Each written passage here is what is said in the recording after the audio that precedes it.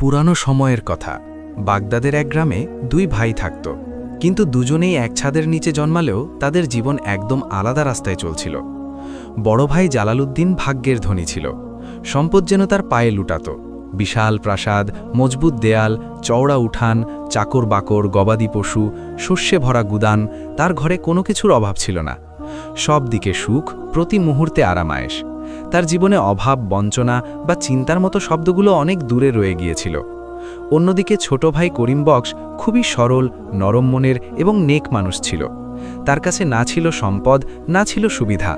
কাঁচা মাটির দেয়াল, ফুটো ছাদ, মাটির উঠান আর সামান্য কিছু জিনিস, এটাই ছিল তার দুনিয়া। তার ঘরে তার স্ত্রী আর এক মাসুম বাচ্চা ছিল, যাদের মুখের হাসিই ছিল তার আসল সম্পদ। সে গরিব ছিল ঠিকই, কিন্তু মনের দিক থেকে ধনী ছিল। ধৈর্য, অল্পে তুষ্টি আর শুকরিয়া তার স্বভাবের অংশ ছিল। কিন্তু অভাবের কষ্ট রোজ তার দরজায় করা নাড়ত। এমন সময় জালালউদ্দিনের জীবনে খুশির আরেক অধ্যায় শুরু হলো। 3 মেয়ের পর তার ঘরে ছেলের জন্ম হলো। এই খবর তার জন্য কোনো উৎসবের চেয়ে কম ছিল না। এই খুশিকে স্মরণীয় করে রাখতে সে এক জাঁকজমকপূর্ণ অনুষ্ঠানের আয়োজন করল। দাওয়াতপত্র গ্রামের সব ধনী পরিবারের কাছে পৌঁছে দেওয়া হলো। এমনকি আশেপাশের এলাকার রইস আর ধনী লোকেরাও আমন্ত্রিত হলো। এই অনুষ্ঠান তার মর্যাদা, তার শান আর তার সম্পদের প্রদর্শন ছিল। সকাল থেকেই জালালউদ্দিনের প্রাসাদে এক অদ্ভুত জৌলুস ছিল। রান্নাঘরে বড় বড় ডেকচি চড়ছে, মশলার সুগন্ধ বাতাসে ছড়িয়ে পড়েছে। ধীরে ধীরে চারদিক থেকে মেহমানরা জমা হতে লাগল। এই হট্টগোলের মধ্যে কেউ জালালউদ্দিনের দৃষ্টি আকর্ষণ করল আর বলল, জনাব, আপনার ছোট ভাই করিম বক্সকে কোথাও দেখা যাচ্ছে না, এখনও আসেননি। আপনি তো গ্রামের সবাইকে দাওয়াত দিয়েছেন, তাই না? জালালউদ্দিন বাইলের হাসির সাথে উত্তর দিল, হ্যাঁ, ওকেও ডেকেছি, আসতেই হবে তার বাচ্চাদের সাথে। তুমি এখানেই থাকো আর মেহমানদের খেয়াল রাখো, আমি এখনই ব্যবস্থা দেখে আসছি। এই বলে সে মানুষের চোখের আড়ালে ঘর থেকে বেরিয়ে গেল। কিন্তু তার মনের ভেতর অন্য এক আওয়াজ বাজছিল। সে বিড়বিড় করে মনে মনে বলল, আমি ওকে আমার অনুষ্ঠানে কেন ডাকব? ও কোথায় আর আমি কোথায়? আমার এখানে একের পর এক ধনী মেহমান আসছে। যদি কেউ জানতে পারে আমার ভাই এত গরিব, তবে আমার নাক কাটা যাবে। এই চিন্তা তার মনে বোঝা হয়ে চেপে বসেছিল। সম্পদ তাকে সম্পর্কের চেয়ে বেশি নিজের সম্মান আর লোক দেখানোর বন্দী বানিয়ে দিয়েছিল। ওদিকে গ্রামের কিছু লোক জালালউদ্দিনের অনুষ্ঠানে যোগ দেবার জন্য যাচ্ছিল। তারা করিম বক্সের কাঁচা ঘরের সামনে দিয়ে গেল। সেই সময় করিম বক্স তার ঘর থেকে খেতে যাওয়ার প্রস্তুতি নিচ্ছিল। তার কাপড় সাধারণ ছিল, মুখে পরিশ্রমের ক্লান্তি আর চোখে সামান্য চিন্তার ছাপ। যেই সে ঘর থেকে বেরোলো, গ্রামের লোকেরা তাকে দেখে ডাক দিল, আরে করিম বক্স, তুমি তোমার ভাইয়ের বাড়ি যাওনি? তোমার ভাবির অনেক দিন পর ছেলে হয়েছে। এই খুশিতে তোমার ভাই অনেক বড় অনুষ্ঠানের আয়োজন করেছে। তুমি তো চাচা হয়ে গেছো, আর তুমি এখানে? অথচ তোমার তো ভাইয়ের বাড়িতে সবার আগে পৌঁছানো উচিত ছিল। এটা শুনে করিম বক্স এক মুহূর্তের জন্য থমকে গেল। তার মুখে বিস্ময় পরিষ্কার ফুটে উঠল। এই খবর সম্পর্কে সে একদম বেখবর ছিল। তার মনে খুশিও জাগল আর এক অজানা ব্যথাও, কিন্তু সে তা প্রকাশ হতে দিল না। করিম বক্স গ্রামের লোকেদের কথা শুনে সাথে সাথে নিজেকে সামলে নিল আর হালকা হাসির সাথে উত্তর দিল, হ্যাঁ ভাই, আমাকেও যেতে হবে। শুধু খেতে একটু কাজ বাকি আছে, ওটা শেষ করেই আসছি। তার গলায় আপাত স্বস্তি ছিল, কিন্তু মনের কোনো কোণে এক হালকা খোঁচা অবশ্যই লাগল। গ্রামের লোকদের একজন খুশি হয়ে বলল, জলদি কাজ শেষ করে এসো ভাই, শুনেছি জালালউদ্দিন খুব সুস্বাদু খাবার বানিয়েছে আর পুরো গ্রামকে দাওয়াত দিয়েছে। করিম বক্স মাথা নেড়ে বলল, এটা তো খুব ভালো কথা, তোমরা চলো, আমি আসছি। যেই গ্রামের লোকেরা সেখান থেকে এগিয়ে গেল, করিম বক্সের হাসি ধীরে ধীরে ম্লান হয়ে গেল। তার মুখ শুকিয়ে গেল, চোখে চিন্তার ছায়া খেলতে লাগল। সে কয়েক মুহূর্ত সেখানেই দাঁড়িয়ে রইল, যেন মাটি তার পা আটকে ধরেছে। তারপর মনে মনে ভাবতে লাগল, এটা তো খুব খুশির খবর, আমার বড় ভাইয়ের ঘরে ছেলে এসেছে, আমি আবার চাচা হয়ে গেছি। কিন্তু এই ব্যাপারে তো আমি কিছুই জানি না, না কেউ খবর দিল, না বার্তা পাঠালো। হয়তো ভাই খুব ব্যস্ত হবেন, এত বড় অনুষ্ঠানে তো কাজ আর কাজ, এই কারণেই আমাকে বলতে ভুলে গেছেন। আসলে এমন তো হতে পারে না যে আমার ভাই আমাকে ইচ্ছে করে ডাকবে না। সে নিজেকে সান্ত্বনা দেওয়ার চেষ্টা করছিল, যেন মনকে বিশ্বাস করাতে চায় যে এই অবহেলার পেছনে কোনো খারাপ উদ্দেশ্য নেই, শুধু ব্যস্ততা আছে, বাধ্যবাধকতা আছে। এই চিন্তায় ডুবে সে ঘরের ভেতরে ঢুকল। কাঁচা ঘরের ভেতরে সরলতা ছড়িয়েছিল। রহিমা, যে তার স্ত্রী ছিল, ঘরের কাজে ব্যস্ত ছিল। করিম বক্স এসেই কথা তুলল, আরে শুনছ, তুমি শুনেছ তোমার ভাবির ছেলে হয়েছে? কিছু গ্রামের লোক এদিক দিয়ে যাচ্ছিল। আমরাও কেন যাই না বড় ভাইয়ের ওখানে? শুনেছি খুব ভালো খাবার রান্না হয়েছে। বাহ! রহিমার মুখ এক মুহূর্তের জন্য খুশিতে উজ্জ্বল হয়ে উঠল, কিন্তু সাথে সাথেই এই খুশিতে গাম্ভীর্যের ছায়া পড়ে গেল। সে আস্তে করে বলল, এটা তো সত্যিই খুব খুশির কথা। আপনি আবার চাচা হয়ে গেলেন আর আমি চাচি। কিন্তু ওনারা আমাদের ডাকেননি, না ডেকে আমরা কিভাবে যেতে পারি তাদের অনুষ্ঠানে? না ডেকে ওখানে যাওয়া উচিত হবে না। যদি গ্রামে এই কথা জানা যায় যে আমরা নিজেই তাদের অনুষ্ঠানে চলে গেছি, তবে লোকেরা কি বলবে? তার গলায় খুশির সাথে দ্বিধাও ছিল আর মনের দুঃখ। করিমব্যাক্স সাথে সাথে নরমভাবে উত্তর দিল, বড় ভাই এত বড় অনুষ্ঠান করছেন, আর এত বড় অনুষ্ঠানে পুরো কাজের দায়িত্ব ওনার ওপরেই থাকে। তুমি জানো না ওনার কাছে কত কাজ হবে? এই ব্যস্ততার কারণেই আমাদের বলতে ভুলে গেছেন। অনুষ্ঠানের লোক কিছু না কিছু ভুলেই যায়। সে নিজেকেও বিশ্বাস করাতে চাইছিল, আর তার স্ত্রীকেও, যদিও মনের ভেতর কোথাও না কোথাও একটা প্রশ্ন বারবার মাথাচাড়া দিচ্ছিল। এই সময় তাদের ছোট ছেলে আকরাম, যে এই সব কথা চুপচাপ শুনছিল, মাসুমভাবে বলল, আব্বাজান, আপনারা চলুন না, আমি আমার বড় আব্বুর বাড়িতে গিয়ে আমার ছোট ভাইকে দেখে আসব। আকরামের চোখে কৌতূহল ছিল, খুশি ছিল, আর এক বাচ্চার স্বাভাবিক ইচ্ছে ছিল যে সে নতুন সম্পর্ক দেখবে, তাকে অনুভব করবে। করিমব্যাক্স ছেলের কথা শুনে দীর্ঘশ্বাস নিল আর বলল, চলো বাবা, মন তো আমারও খুব চাইছে যেতে, কিন্তু ওনারা আমাদের দাওয়াতও দেননি আর না আমাদের বলেছেন। তারপর কোন মুখে তাদের অনুষ্ঠানে যাই? এটা বলতে গিয়ে তার গলা একটু ধরে এলো। আকরাম সাথে সাথে প্রশ্ন করল, আমরা কি আমাদের ছোট ভাইয়ের সাথে দেখা করতে যাব না আব্বাজান? এই প্রশ্ন তীরের মতো করিমব্যাক্সের বুকে লাগল। সে ছেলের মাথায় হাত রাখল আর নরমভাবে বলল, কেন নয়, আমরা অবশ্যই যাব তোমার ছোট ভাইয়ের সাথে দেখা করতে। এটা ওয়াদা ছিল নাকি শুধু মন ভোলানোর চেষ্টা, তা সে নিজেও পুরোপুরি জানত না। রহিমা এটা শুনে তিক্ততার সাথে বলল, কেন আপনি ছোট বাচ্চাকে মিথ্যা সান্ত্বনা দিচ্ছেন? তুমি জানো না তোমার বড় ভাই আমাদের তাদের সমান মনে করে না? তাই তো তারা আমাদের অনুষ্ঠানে ডাকেনি। তার কথায় বছরের পর বছর জমে থাকা দুঃখ, হীনমন্যতা আর তিক্ত অভিজ্ঞতা প্রকাশ পাচ্ছিল। করিমব্যাক্স সাথে সাথে কথা কাটল, তুমি তো সবসময় পুরনো কথা তোলো, এমন নয়, ও আমাদের ভালোবাসে। ও তো। ব্যস্ততায় সেই বাক্য অসম্পূর্ণ রয়ে গেল। কিন্তু এই অসম্পূর্ণ বাক্যে তার মনের পুরো অবস্থা লুকিয়েছিল। এমন এক মানুষ যে সম্পর্ক বাঁচাতে নিজেকে বারবার বোঝায়, আর প্রতিবার এটাই আশা করে যে হয়তো এবার ভুল বোঝাবুঝি হবে, হয়তো এবার অবহেলা ইচ্ছে করে হবে না। ভুলে যাওয়ার কারণে আমাদের ডাকতে ভুলে গেছেন। করিমব্যাক্সের এই কথাগুলো এখনও বাতাসেই ভাসছিল যে রহিমার গলায় পরিষ্কার আপত্তির কঠোরতা ফুটে উঠল। তোমার মনে হচ্ছে ভাই সাহেব তোমাকে ডাকতে ভুলে গেছেন, তো তুমি যাও, না ডেকে আমি কোথাও যাচ্ছি না। আমি তো খুব খুশি আছে আমার নিজের ঘরে, তোমার যেতে হলে যাও। তার ভঙ্গিতে রাগ কম আর আত্মসম্মান বেশি ছিল। সে তার গরিবের সাথে বাঁচতে জানত, কিন্তু কারো সামনে দাবাত ছাগা গিয়ে নিজেকে ছোট করা তার পছন্দ ছিল না। করিমব্যাক্স এক মুহূর্ত নীরবতা পালন করল, যেন মনের ভেতর কোনো সিদ্ধান্তের প্রতিধ্বনি শুনছে। তারপর আস্তে করে বলল, ঠিক আছে, আমি আর আকরাম চলে যাই, তোমাকে যেতে হবে না তো যেও না। রহিমা কোনো উত্তর দিল না, শুধু বলল, তুমি যাচ্ছ তো যাও, কিন্তু ওখান থেকে তাড়াতাড়ি ফিরে এসো। এই কথাগুলোতে চিন্তাও ছিল আর এক অজানা ভয়ও, যে কোথাও ওখানে গিয়ে মনে কোনো আঘাত না লাগে। করিমব্যাক্স আর তার ছেলে আকরাম অনুষ্ঠানে যাওয়ার জন্য তৈরি হতে লাগল। আকরামের চোখে খুশি চকচক করছিল, যেন সে কোনো বড় স্বপ্নের বাস্তবায়ন দেখতে যাচ্ছে। অথচ করিমব্যাক্সের মনে খুশি আর দ্বিধা একসাথে করা নাড়ছিল। এই প্রস্তুতির সময় রহিমা হঠাৎ বলল, এখন তুমি অনুষ্ঠানে যাচ্ছ, তো বাচ্চাকে দেওয়ার জন্য কিছু তো নিয়ে যেতে হবে। এই কথা শুনতেই করিমব্যাক্সের মনের ওপর যেন বোঝা এসে পড়ল। সে ভাবতে ভাবতে বলল, হ্যাঁ, অনেকক্ষণ ধরে আমিও এটাই ভাবছিলাম, বাচ্চার জন্য কি নিয়ে যাই, আর বাজার থেকে নেওয়ার জন্য আমার কাছে টাকাও নেই। এটা বলতে গিয়ে তার গলায় অসহায়ত্ব পরিষ্কার দেখা যাচ্ছিল।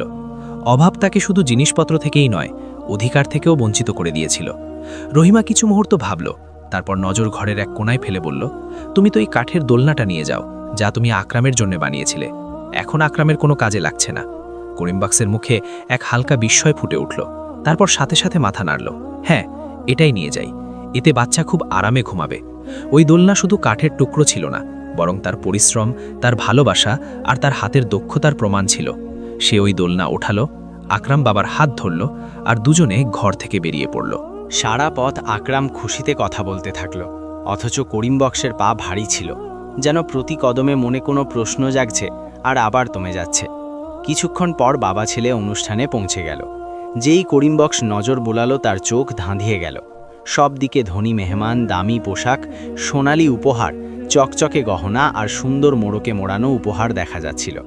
সে এক নজর তার হাতে ধরা সাধারণ কাঠের দোলনার উপর দিল আর মনে এক খোঁচা অনুভব করল।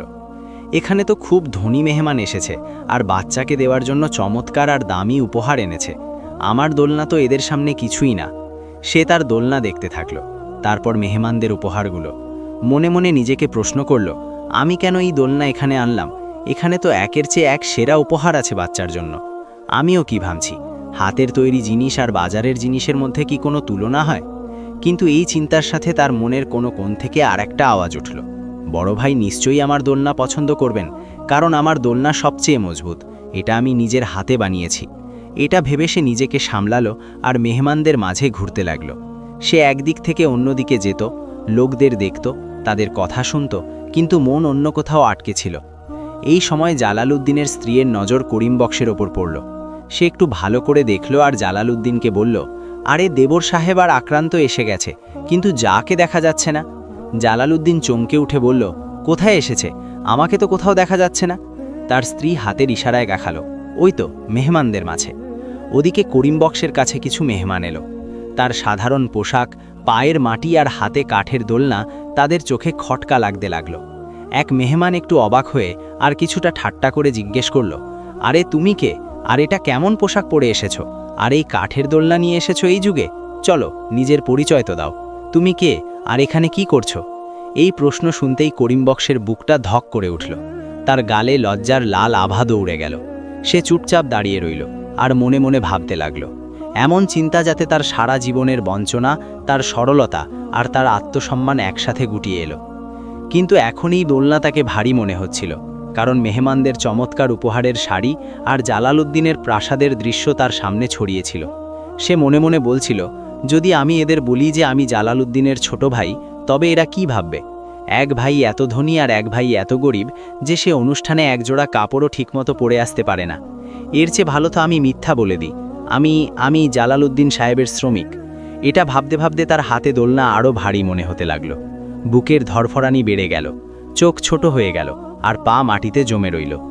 আকরাম যে তার সাথে ছিল, খুশিতে ছোট ছোট পায়ে এগোচ্ছিল, কিন্তু করিম বক্সের দ্বন্দ্ব তাকে মুহূর্তের মধ্যে অচল করে দিল। এই সময় এক গ্রামবাসী যে করিম বক্সের কাছে এলো, সে জিজ্ঞেস করল, আরে তুমি এত ঘাবড়াচ্ছ কেন? ভয় পেও না, বিনা দ্বিধায় বলো, জালালউদ্দিন সাহেবের আমি শ্রমিক, আমি ছোট ভাই। করিম বক্স মনে মনে নিজেকে সামলানোর চেষ্টা করল। সে মিথ্যা বলার পুরোপুরি চেষ্টা করল, কিন্তু তার মুখ দিয়ে সত্য বেরিয়ে গেল। শব্দগুলো যেন মন থেকে বেরিয়ে বাতাসে প্রতিধ্বনিত হলো। এমন সময় জালালউদ্দিন নিজে সেখানে এসে হাজির হলো। মুখে কঠোরতা আর চোখে বিস্ময় নিয়ে বলল, কি বলছে? তোমাকে নিজের ভাই বলছে? যদি তুমি আমার ভাই হতে তবে এই অবস্থায় থাকতে? এ তো আমার শ্রমিক, একে আমি একদিন ভালোবেসে ভাই বলেছিলাম, আমাকে নিজের ভাই বলতে শুরু করেছে। এটা শুনে করিম বক্সের মন লজ্জা আর দুঃখে ভরে গেল। সে মাথা নিচু করে নিল, হাত ঝুলে পড়ল আর পুরো দুনিয়া তার জন্য যেন থেমে গেল। জালালউদ্দিন আস্তে করে বলল, চলো তুমি এখান থেকে বাইরে চলো, আমার তোমার সাথে কিছু কথা আছে। দুই ভাই একপাশে একটু নির্জনে চলে গেল। বাইরের কোলাহল আর মেহমানদের রনকের মাঝে বাতাসে এক অদ্ভুত নীরবতা নেমে এলো। করিম বক্সের বুকের ধরফরানি তীব্র ছিল, কিন্তু এতে ঘাবড়ানি আর দুঃখের সাথে এক নীরব সম্মানও লুকিয়েছিল। জালালউদ্দিন কঠোর গলায় বলল, যখন তুমি জানো আমার এখানে একের চেয়ে এক মেহমান এসেছে, তবুও তুমি অনুষ্ঠানে ঢুকে পড়েছ আমার নাক কাটাতে? আর এটা কি নিয়ে এসেছো আমার ছেলের জন্য? কাঠের দোলনা? এই দোলনায় ঘুমাবে আমার ছেলে? আমার ছেলে তো মখমলের দোলনায় ঘুমাবে। কিসে? মখমলের দোলনায়। যা এখান থেকে, আমার নজরে আর পড়বি না এই অনুষ্ঠানে। যদি কিছু খাবার বেঁচে যায় তবে আমি সকালে পাঠিয়ে দেব তোর বাড়িতে, আর হ্যাঁ, সাথে নিজের ছেলেকেও নিয়ে যাবি এখান থেকে। এই কথাগুলো করিম বক্সের মনে কোনো ধারালো অস্ত্রের মতো বিঁধে গেল। তার চোখ ভিজে এলো, কিন্তু সে নিজেকে সামলানোর পুরোপুরি চেষ্টা করল। সে ছেলে আকরামের দিকে তাকালো, যে খুশিতে ছোট মুখ দেখাচ্ছিল, কিন্তু এখন সেও এক মুহূর্তের জন্য দ্বিধায় ছিল। করিম বক্স মনে মনে ভাবল, আকরামের মা ঠিকই বলছিল যে না ডাকলে সেখানে যেও না। আমারই ভুল যে আমি না ডাকতেই এখানে চলে এসেছি। সে নিজের বাচ্চাকে ধরে ভারী মন আর ধীর পায়ে নিজের বাড়ির দিকে রওনা দিল। পথে তার মনে অনেক অনুভূতি ঘটছিল, লজ্জা, দুঃখ, অসহায়ত্ব আর ভালোবাসা। প্রতি কদমে সে নিজের ভেতরের ব্যথা ভরা নীরবতা অনুভব করছিল, আর সাথে এটাও ভাবছিল যে অভাব আর সরলতার দুনিয়ায় কিভাবে সম্মান আর সম্পর্কের মূল্য দেওয়া হয়। এমন সময় বাচ্চা আকরাম ছোট ছোট পায়ে বাবার সমান হয়ে বলল, আব্বাজান, আমরা ছোট ভাইয়ের সাথে দেখাও তো করলাম না, আর আপনি এত তাড়াতাড়ি বাড়ি যাচ্ছেন? করিম বক্স বাচ্চার দিকে একটু সাহসের সাথে তাকালো, মনের গভীরে ব্যথা আর কৌশলের সাথে। সে বাচ্চার মাথায় হাত রাখল আর আস্তে করে বলল, বাবা, আমরা সন্ধ্যায় আসব। খেতে কিছু কাজ বাকি রয়ে গিয়েছিল, ওটা আমার মনে পড়ে গেছে। ওটা করে আমি আসব, তারপর যাব আমরা তোর ছোট ভাইয়ের সাথে দেখা করতে। দুজনে বাড়ি পৌঁছে যায়। আকরাম বাড়ির বাইরে বাচ্চাদের সাথে খেলার জন্য চলে যায়। এদিকে করিম বক্স তার স্ত্রীকে পুরো ঘটনা শুনিয়ে দেয়, আর তার চোখ দিয়ে পানি গড়িয়ে পড়ে। জানি না আল্লাহর কেমন ইচ্ছা, আজ ভাই ভাইকে চিনতে অস্বীকার করল। আপনি কাঁদবেন না, আল্লাহ একদিন সব ঠিক করে দেবেন। আল্লাহর ভাইদের মাঝে এত দূরত্বও রাখা উচিত না যে তারা একে অপরের থেকেই দূরে হয়ে যায়। আপনি এত দুঃখ করবেন না, সব ঠিক হয়ে যাবে। আপনি শুধু আল্লাহর উপর ভরসা রাখুন। পরের দিন জালালউদ্দিনের দরজায় কেউ কড়া নাড়ে। জানি না এখন কে এসে গেল। কালকের এত ক্লান্ত হয়ে আছি, তবুও মানুষের মাথায় ঢোকে না, আর এসে দরজায় টোকা দিতে শুরু করে। জালালউদ্দিন যেই দরজা খোলে তো সে দেখে যে সামনে এক দরবেশ দাঁড়িয়ে আছে। কি ব্যাপার হুজুর, কেন দরজা বাজাচ্ছেন? কিছু না বাবা, খুব জোরে ক্ষুধা পেয়েছে, শুধু একটু খাবার মিললে আমার আত্মা শান্তি পেত। কি খাবার? এখানে খাবার ফ্রিতে পাওয়া যায় না, আর এই দুপুরে তোমাকে কোথা থেকে খাবার এনে দেব? বাবা, ঘরে কিছু তো হবে, তার মধ্য থেকেই কিছু খেতে দিয়ে দাও, যাতে আমার ক্ষুধা শান্ত হয়। এত বড় গ্রাম আছে, তুমি আমারই ঘর পেলে খাবার চাবার জন্য? এখানে কিছু নেই, চলে যাও এখান থেকে। এত বলে রাগে জালালউদ্দিন দরজা বন্ধ করে নেয়। আল্লাহ তোমাকে সবসময় খুশি রাখুন বাবা, এত বলে দরবেশ সেখান থেকে চলে যায়। এদিকে জালালউদ্দিনের স্ত্রী জালালউদ্দিনকে জিজ্ঞেস করে, কে এসেছিল দরজায়, যার উপর তুমি এত জোরে চিল্লাচ্ছিলে? কেউ না, এক ভণ্ড বাবা এসেছিল দরজায়, বলছিল খাবার খাইয়ে দাও, তো আমি তাকে না করে দিলাম, এখানে নেই খাবার। তুমিও জানো না এখন কোন নেশায় থাকতে শুরু করেছ। কালকের এত খাবার বেঁচেছিল, ওটা তো এমনিতেই ফেলতে হবে, তার মধ্য থেকে কিছু খাবার খাইয়ে দিতে। আমি এই খাবার গরিব আর ভণ্ডদের জন্য বানাইনি, এই খাবার শুধু আমরা বড় লোকেরাই খেতে পারি। জালালউদ্দিনের স্ত্রী গুনগুন করতে করতে সেখান থেকে নিজের ঘরে চলে যায়। এদের তো জানি না এখন কোন কথার নেশা আসতে শুরু করেছে, সোজা মুখে এখন কারো সাথে কথাই বলে না। এদিকে দরবেশ করিম বক্সের বাড়ির সামনে পৌঁছে যায় আর বাইরে থেকে ডাক দেয়, আরে ঘরে কেউ আছে? আরে ঘরে কেউ আছে? আওয়াজ শুনে করিম বক্স ঘর থেকে বাইরে বেরিয়ে আসে। দরবেশকে দেখে বলে, জি হুজুর, বলুন আমি আপনার কি সেবা করতে পারি? কিছু না বাবা, খুব জোরে ক্ষুধা পেয়েছে, কিছু খেতে পেলে আমার আত্মা শান্তি পেত। কেন নয় হুজুর, আসুন আসুন, যা কিছু আমাদের ঘরে খাওয়ার জন্য মিলবে আমরা আপনাকে খাইয়ে দেব। দুজনে ঘরের ভেতরে চলে যায়। করিম বক্স আর দরবেশ মাটিতে বসে পড়ে, আর করিম বক্স নিজের স্ত্রীকে বলে, আরে রহিমা, ঘরে কিছু থাকলে খাবার হুজুরের জন্য নিয়ে এসো। সকালের কিছু ডাল রুটি রাখা আছে, আর এখন রান্না করার জন্য ঘরে কিছুই নেই। আরে মা, তুমি লজ্জা পেও না, যা ঘরে খাবার আছে তাই নিয়ে এসো, আমি তো খেয়ে নেব। করিম বক্সের স্ত্রী যা ঘরে খাবার ছিল সেই খাবার গরম করে আনে। নিন হুজুর, গরিবের ঘরের খাবার, আমাদের কাছে তো খাবার এটাই আছে। আরে মা, তুমি নিজের মন এত খারাপ করো না, আমি তো আল্লাহর রহমতে যা পাই তাই খেয়ে নিই। আর তোমরা দুজন এত মন মরা কেন? কোনো সমস্যা আছে তোমাদের এখানে? হুজুর, খেতে এত কাজ করছি ততটাই অভাব আসছে, অভাব কমার নাম নিচ্ছে না। এখন তো অবস্থা এমন হয়ে গেছে যে 2 বেলার খাবারও খুব কষ্টে জোটে। জানি না আল্লাহ আমাদের কোন পরীক্ষা নিচ্ছেন। এটা তো কোনো রোগ নয় যার আমি সঠিক ওষুধ বলে দেব বাবা, শুধু আল্লাহর ওপর ভরসা রাখো, সব ঠিক হয়ে যাবে। তবুও আমার মনে হচ্ছে তুমি আমাকে নিজের সমস্যা ঠিকমতো বলছো না। এত শুনে করিম বক্স আর তার স্ত্রী দরবেশকে পুরো কথা বলে দেয় যে কিভাবে জালালউদ্দিন তাদের সাথে খারাপ ব্যবহার করেছে। দরবেশ খাবার খেয়ে নেয়। জানি না আপনার আমাদের হাতের রান্না কেমন লাগলো, ভালো লাগলো কিনা। মা, তুমি নিজের মন খারাপ করো না, তুমি তো নেয়ামতের ভাণ্ডার, আর তোমার হাতের রান্না খুবই সুস্বাদু। এত শুনে করিম বক্সের স্ত্রী খুশি হয়ে যায়। দরবেশ নিজের থলিতে হাত দেয় আর তার মধ্য থেকে এক পুটলি বের করে। এতে কি আছে হুজুর? এই পুটলি বাবা বীজের ভাণ্ডার, তুমি যেই ফসলের বীজ চাইবে ওই বীজ এই পুটলি থেকে বেরোবে, যাতে তোমার ফসল সাধারণ ফসলের চেয়ে 10 গুণ বেশি হবে। এটা তো হুজুর আপনার অশেষ করুণা, এটা আমার নয়, আল্লাহর করুণা বাবা। শুধু একটা কথার খেয়াল রেখো, এই পুটলির ব্যাপারে কখনো কাউকে বলো না, আর এর মধ্য থেকে যে বীজ বেরোবে তা বিক্রি করো না। যদি তুমি এমন করো তবে এই পুটলি তোমার কোনো কাজে আসবে না। জি হুজুর, আমি কখনো এমন করব না। আর দরবেশ সেখান থেকে চলে যায়। যেই করিম বক্স নিজের খেতে ওই বীজ বুনল তো চারদিকে করিম বক্সের ফসলেরই চর্চা ছিল। এদিকে জালালউদ্দিন নিজের অর্থের অহংকারে বাঁধছিল, যার কারণে সে কারো সাথে সোজামুখে কথা বলতো না। এদিকে করিম বক্সের সম্পদ বাড়ছিল আর জালালউদ্দিনের কমছিল, আর এর সাথে জালালউদ্দিনের ঘরে অস্থিরতাও বাড়ছিল। কিছুদিনের মধ্যেই করিম বক্স গ্রামে জালালউদ্দিনের চেয়েও বড় বাড়ি বানিয়ে নিয়েছিল, আর করিম বক্স এখন নিজের ঘরে খুব সুখে শান্তিতে বাস করছিল। কিন্তু একদিন জালালউদ্দিনের কর্মচারী হামজা এসে বলল, মালিক, এখন আমি আপনার এখানে কাজ করব না, এখন আমি অন্য গ্রামে আপনার চেয়ে বেশি জমি পাচ্ছি আর এর চেয়েও ভালো চাষ। কি বলছো হামজা তুমি জানো আমার কাছে কত দায়িত্ব আছে। তুমি চলে গেলে আমি একা কিভাবে চাষ আর ঘর সামলাবো, আর তার উপর আমি একা মানুষ। আমি যেখানে লাভ পাবো আমি সেখানেই কাজ করব। মালিক, যদি আমি এত পরিশ্রমী ওখানে বেশি ফসল পাই তবে আমি ওখানেই যাব। আরে হামজা, আমিও তো তোমাকে অনেক লাভ পাইয়ে দিই, শুধু তুমি এই বছর আরও থেকে যাও, আমি যতক্ষণ না অন্য শ্রমিক দেখে নিই। মালিক, 2 বছর ধরে তুমি আমাকে বোকা বানাচ্ছ। না তো তুমি শস্য বেশি দাও, আর না তুমি অন্য শ্রমিক রাখো। আমি তো চললাম, তুমি বোঝো আর তোমার চাষ।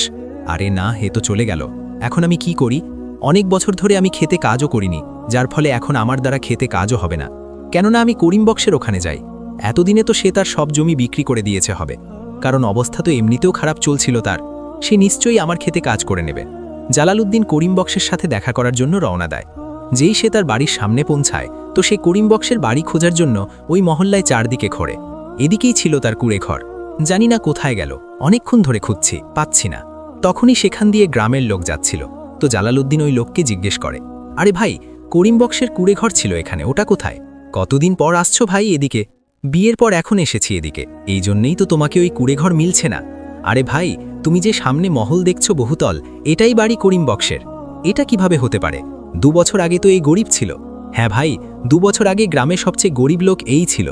জানি না ভাই, এই খেতে কোন সার দিয়েছে যাদের এর ফলন সবচেয়ে বেশি হয়। বাড়ি দেখানোর জন্য অনেক অনেক ধন্যবাদ। আর জালালউদ্দিন ওই বাড়ির ভেতরে চলে যায়। যেই করিম বক্স নিজের বড় ভাইকে ঘরের ভেতরে দেখে, তো সে খুব খুশি হয়। আরে রহিমা, ও দেখো আমাদের ঘরে কে এসেছে। বড় ভাই, এসো ভাই, বসো। আরে তুমি এত সুন্দর বাড়ি কিভাবে বানালে? তুমি তো পুরো নকশাই বদলে দিলে। খুবই সুন্দর বাড়ি বানিয়েছ। কোথাও তুমি চুরিচামারি করে তো এই বাড়ি বানাওনি? না ভাই, আমি কোনো চুরি করিনি। এটা তো আমি আমার পরিশ্রমে বানিয়েছি। এমন পরিশ্রম তো তুই আগেও করতি, কিন্তু আগে তো তুই এমন বাড়ি বানাসনি। ভাই, আপনার কাছে কি লুকাবো? যখন আপনার অনুষ্ঠান ছিল, তার একদিন পর আমাদের বাড়িতে এক দরবেশ এসেছিল। তাকে আমরা পেট ভরে খাইয়েছিলাম। আজ তাদের দোয়ার কারণে এই সব আছে আমাদের কাছে। এত শুনে জালালউদ্দিনের মাথা ঘুরে যায়, আর তার চোখের সামনে সব দৃশ্য ভেসে ওঠে যে কিভাবে সে ওই দরবেশকে তাড়িয়েছিল। ওই দরবেশ তো সবার আগে আমার বাড়িতে এসেছিল, তার মানে এই সব সম্পদ আমার হলো। কি বলছো ভাই? এটা তো আমি আমার পরিশ্রমে দাঁড় করিয়েছি, নাকি এক জাদুতে? এই সব তুই দরবেশের আসার পরেই পেয়েছিস না? তো এই গ্রামে সবার আগে দরবেশ আমার বাড়িতে এসেছিল। যদি আমি তাকে খাইয়ে দিতাম, তবে এই সব সম্পদ আমার হতো। তার মানে তুই আমার হকের সম্পদ কেড়ে নিয়েছিস। এটা তুমি আমার উপর ভুল দোষ চাপাচ্ছ। ভাই, আমি ওই দরবেশকে খুঁজে আনি, আর দরবেশকে দিয়ে তোর সামনে বলাবো যে এই সম্পদের ওপর কার হক। আর রাগে জালালউদ্দিন সেখান থেকে বেরিয়ে যায়। অনেকদিন পর্যন্ত সে ওই দরবেশকে খুঁজতে থাকে। অনেক কষ্টে এক জঙ্গলে ইবাদত করতে থাকা অবস্থায় ওই দরবেশকে পাওয়া যায়। হুজুর, সালাম আলাইকুম। কে তুমি বাবা, যে তুমি আমার ইবাদতে ব্যাঘাত ঘটাচ্ছ? আমি জালালউদ্দিন। আজ থেকে 2 বছর আগে তুমি আমার বাড়িতে এসেছিলে খাওয়ার জন্য, যখন তোমার খুব জোরে ক্ষুধা পেয়েছিল। তুমি তো সেই না যে খাবার দিতে মানা করেছিলে? হ্যাঁ, কিন্তু ওই সম্পদের উপর প্রথম হক আমার হয়, যা তুমি আমার ভাইকে দিয়ে এসেছো, কারণ তুমি খাবার চাইতে সবার আগে আমার বাড়িতে এসেছিলে। কোন সম্পদ? আমি তো তাকে কোনো সম্পদ দিইনি। সে আমাকে সাহায্য করেছিল, আমি তাকে দোয়া দিয়েছিলাম। সে গরিব দুঃখীকে সাহায্য করে, সবাইকে এক চোখে দেখে। এই জন্য হয়তো আল্লাহ তাকে সম্পদের মালিক বানিয়েছেন। আর তুমি গরিব দুঃখীকে দেখতে পারো না, মানুষকে কষ্ট দাও, মানুষের সম্পদ লুট করো। এই জন্য হয়তো আল্লাহ তোমার সব কিছু নিয়ে গেছেন। আল্লাহ তাআলার কাছে খাস দিলে তওবা করো, এবং আল্লাহ তাআলার ইবাদত করো, তার কাছে দোয়া করো, মানুষের ভালো করো, মানুষকে সাহায্য সহযোগিতা করো। ইনশাল্লাহ তোমারও পরিবর্তন হবে। তারপরে জালালউদ্দিন আল্লাহ তাআলার কাছে তওবা করল, ন্যায় ইনসাফের সাথে মানুষের সাথে ভালো ব্যবহার করা শুরু করল। প্রিয় বন্ধুরা, যদি আপনাদের এই গল্প পছন্দ হয়ে থাকে তবে লাইক করবেন, সাবস্ক্রাইব করবেন, আর কমেন্টে জানান আপনারা কোথা থেকে আমাদেরকে দেখছেন। আপনাদের সমর্থন আমাদের জন্য গুরুত্বপূর্ণ।